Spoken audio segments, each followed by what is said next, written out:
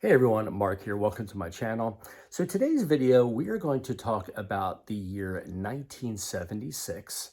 Uh, in particular, the FTD releases that the Follow That Dream label that they released as far as the Soundboard concerts.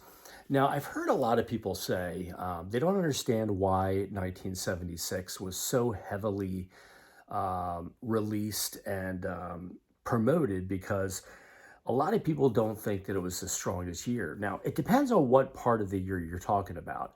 If you're talking about summer, like the bicentennial, July 4th and August time frames, no, they weren't Elvis's strongest. A lot of folks who have either seen the concerts I've read about, the reviews of these particular FTD CDs, they don't get glowing reviews. Sound quality is not bad, but Elvis was clearly not at the top of his game. He was not well. But then fast forward a few months, he lost some weight. He was getting healthier. He almost had almost like a rebirth. He just was really enthused. And of course, the New Year's Eve show that was recorded also by FTD, which I'm going to show in a minute. Even though it was an audience recording, I've heard parts of it. Although it was an audience recording, it gets huge reviews, and it's widely considered to be one of his best performances ever to close out 1976. So these are going to be the good, the bad, and the ugly. So we'll get started. So the first soundboard, and this is one of the very first early FTD CDs that were released. So the Follow That Dream, just to give you a brief history, it was a members only or like a fan club exclusive initially, and they released CDs for classic albums, which were the ones that were released during his lifetime, regular studio releases, soundtrack recordings, and so forth. And there were usually a second CD that had outtakes and things that nobody had really ever heard before, unless you got a bootleg from somewhere or you were able to get these FTD CDs. And I remember when they first came out back in 1999, you used to get a catalog by mail. It was before you could view it online. The website was up. I would get a catalog every month, and I remember seeing these, and they were a little pricey. Some of the single disc, which a lot of them were when they first came out, the first few were just single disc, and they were $29.99, and then you tack on $5 or $6 shipping. Not cheap, but they've turned out to be immensely popular, especially the vinyls, the LP sets. So I wasn't even made aware of this until the person that sold this to me pointed it out. So this was the very first soundboard that Follow That Dream label released. It is Elvis Tucson 1976. And I got this way back in the day, but I probably got it right around 2001, I'd say. And I got it, I listened to it. It's an audience recording, I believe, and it's not a good recording. Very hard to hear, a lot of audience chatter, and it's just, there's being in the ambience of the audience and kind of experiencing what an Elvis concert would be. And Ed Hess, the Angela tapes that I got from Ed, that promoted that. You felt the excitement. You felt the excitement of a live Elvis Presley performance. That wasn't the case with this one. This was just kind of muffled noise, and it was just not a good release.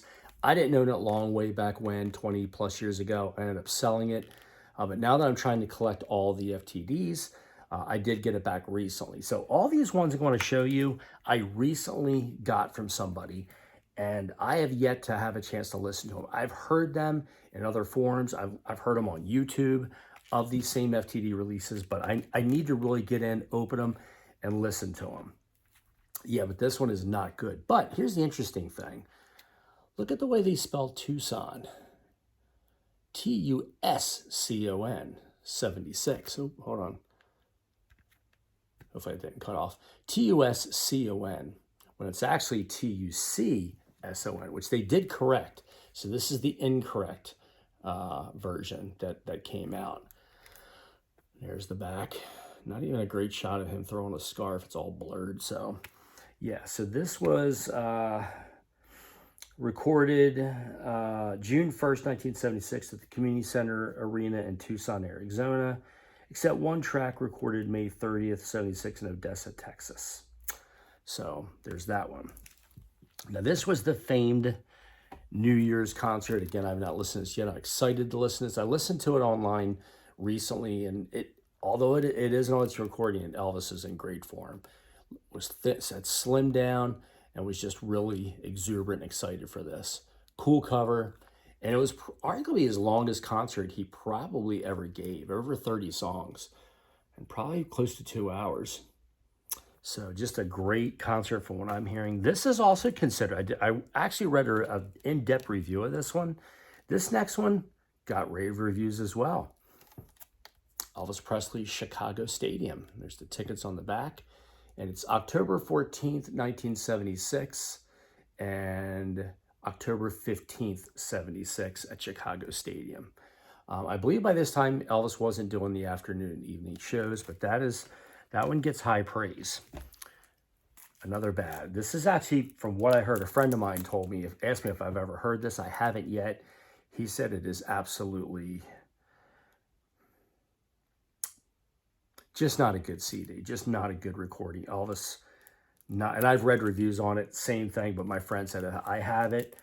He said to me, he said, I have it.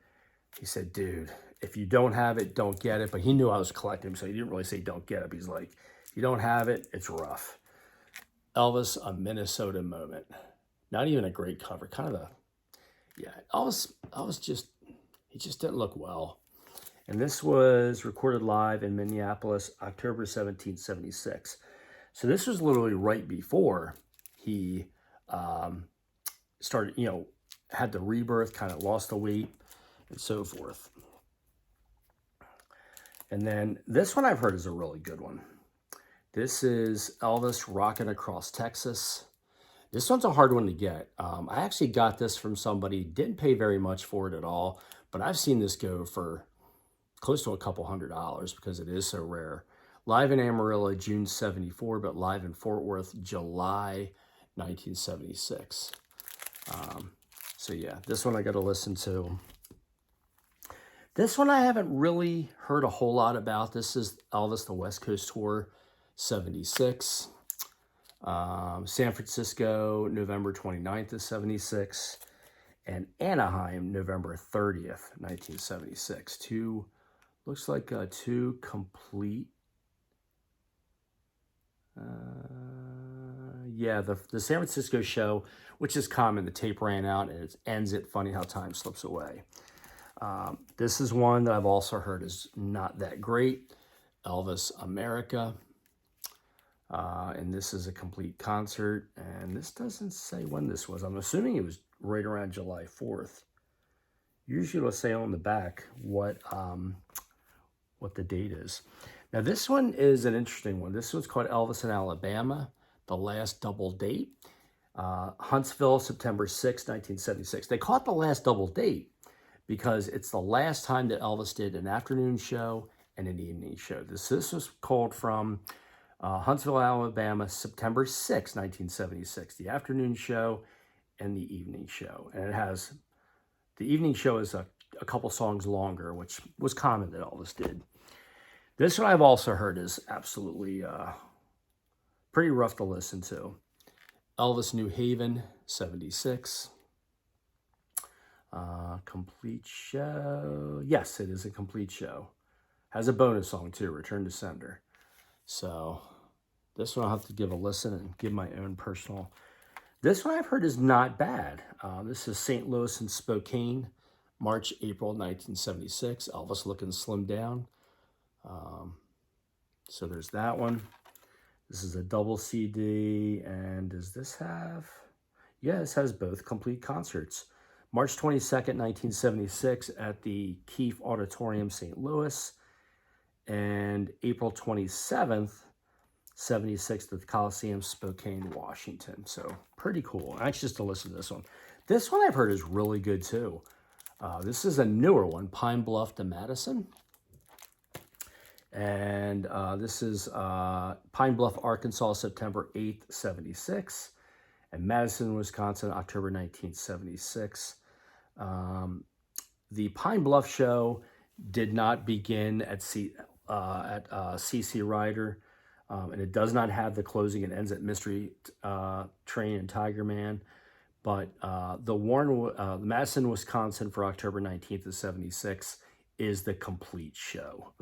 So it's always nice to get the complete shows. Last but not least, this is also a newer one. I've heard this one.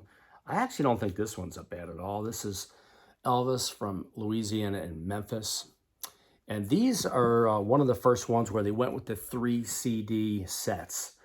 And this is actually a 4 CD set, though. This is one of the rare ones because they put the Memphis show on 2 discs because of the length. That was recorded live at Mid-South Coliseum, July 5th, 1976. If I'm not mistaken, that's the last time he performed there.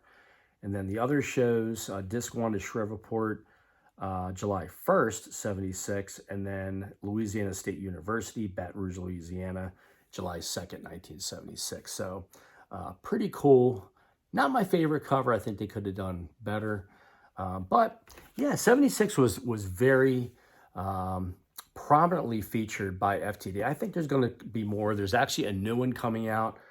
I think it's called Summer of 76. It's coming out at the same time as the black vinyl from Elvis Presley Boulevard, which is forthcoming. I did pre-order my copy some time ago. That should be coming in. I'm a completist. I want to get all the LPs since I do have them all now. And as far as the FTD CDs, if my count is correct, I am 4 away. 4 away from completing this CD set as well. The books, totally different story. I'm way, way off from that. So that's about it. I wanted to come on and do this video. I appreciate all of you watching. Thank you for those who have subscribed. Keep those comments coming. Tell me what you think about these shows. What you like, what you dislike, if you agree with me. If you don't disagree with me, that's fine too. As you can see, it's a gorgeous day. A little chilly.